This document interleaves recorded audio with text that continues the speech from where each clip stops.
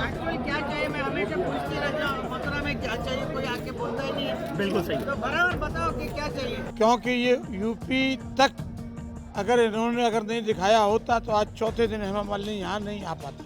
संतुष्ट हूँ। पार्लियामेंट में 2-3 बार बात कर चुकी हूँ।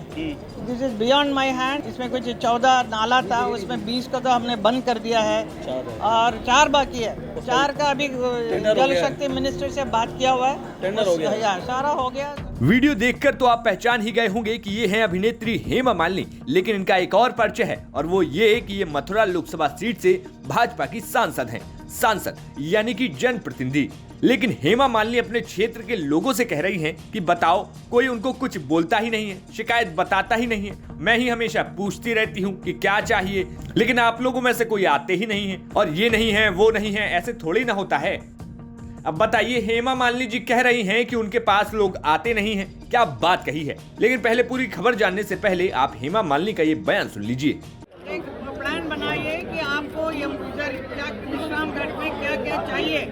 कोई आके बोलता तो नहीं है, तो देखेगा आके एजुकेशन करेगा तो ऐसे नहीं चलेगा ना। एक्चुअली क्या चाहिए मैं हमेशा पूछती रहती हूँ मथुरा में क्या चाहिए, कोई आके बोलता ही नहीं है। बिल्कुल सही। तो बराबर बताओ कि क्या चाहिए, फिर बनेगा ना। अभी हम अभी रिटर्न में दिया, परिक्रमा करा रहे हैं। बिल्कुल धन्यवाद। एक मिनट कर रहे हैं।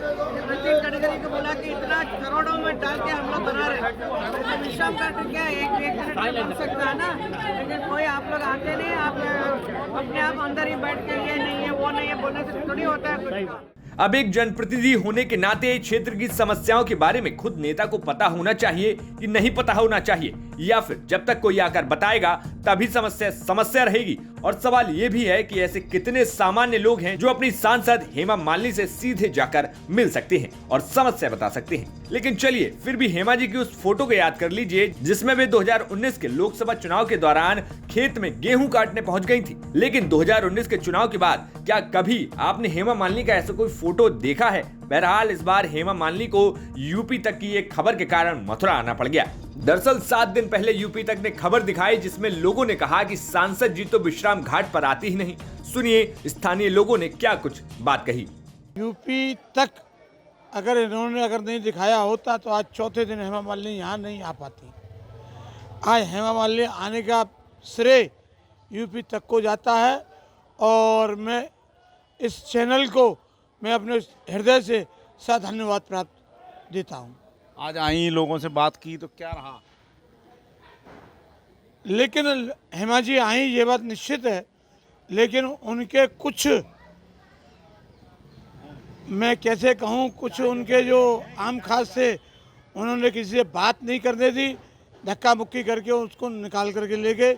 न लोगों से एक गुजराती औरत ने जरूर कहा हेमा जी से कि आप यमुना पान करके देखें यमुना जी हमारी कैसी गंदी हो रही है। हेमा जी ने कहा कि आप ध्यान रखिए। बोले हम तो राजकोट से आए हैं, हम क्या इसका ध्यान दें। ये सरकार ने आपको नियुक्त किया है, जनता ने आपको नियुक्त किया है।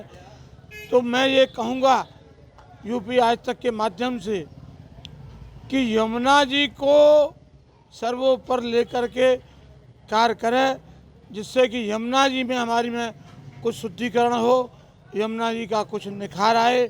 हमें यमुना जी से मतलब है और कोई हमको नहीं चाहिए। इतना ही नहीं, हद तो तब हो गई जब सांसद महोदया यहाँ आकर कुछ महिलाओं से बात करने लगी तो महिलाओं ने उनको घाट की गंदगी के बारे में शिकायत कर दी। तो हेमा मालिनी उन महिलाओं से कहने लगी कि आप तो यहाँ रहते हैं तो आप लोग अपनी तरफ से बाकी लोगों को साथ लेकर इसकी साफ सफाई क्यों नहीं करते। इस बात पर महिलाएं कहने लगी कि भैया हम तो यहाँ के हैं ही नहीं, हम तो गुजरात से आए हैं। और इस बात पर हेमा मालिनी की किरकिरी हो गई। वहीं जब पत्रकारों ने उनसे सवाल पूछ लिए तो सुनिए उन्होंने क्या कुछ कहा। यमुना को लेके जो यहाँ के चतुर्वेदी समाज है और यहाँ के जो तीर्थ पुरोहित है उनमें बड़ा असंतोष है। कभी भी बात करो तो ये कहते हैं कि साहब यमुना को लेके कभी भी कोई बात नहीं हो पाती।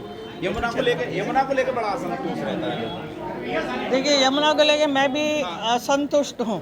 पार्लियामेंट में 2-3 बार बात कर चुकी हूँ। This is beyond my hand, but हम लोग फिर भी कर रहे हैं। इसमें कुछ 14 नाला था, उसमें 20 को तो हमने बंद कर दिया है और 4 बाकी है। 4 का अभी जल शक्ति मिनिस्टर से बात किया हुआ है, टेंडर हो गया, सारा हो गया, सब काम शुरू हो रहा है। लेकिन the main problem is from Delhi से जो नाला आता है उसको बंद करने के लिए हमने मोदी जी से भी रिक्वेस्ट किया हुआ है कैसा करना है क्या करके, क्योंकि वो हरियाणा गवर्नमेंट के साथ जुड़ा हुआ काम है। वो उन सबसे बात हो रही है, वो सब होगा, but it takes time little bit. जनता आपकी बड़ी तारीफ करती है और आपको बड़ा निर्विवाद मानती है, लेकिन यमुना पे आके आपके प्रति थोड़ी सी सोच अगर बदल नहीं जाती है। वो मैं कौन हूँ, कोई और भी होगा तो भी वो कर नहीं सकता है। It is in such a condition, it is so bad, बहुत ही ख़राब है।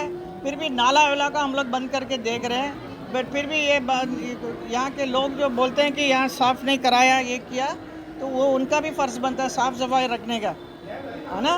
तो हम लोग काफ़ी जो करना कर रहे हैं, अभी आगे और कुछ होगा, तो यू हैव टू वेट। फिलहाल देश में फिर एक बार 2024 में चुनाव है। ऐसे में अब देखना होगा कि आगे आने वाले समय में कितना काम हेमा मालिनी के द्वारा मथुरा क्षेत्र में देखने को मिलता है। मथुरा से मदन शर्मा की रिपोर्ट, यूपी तक।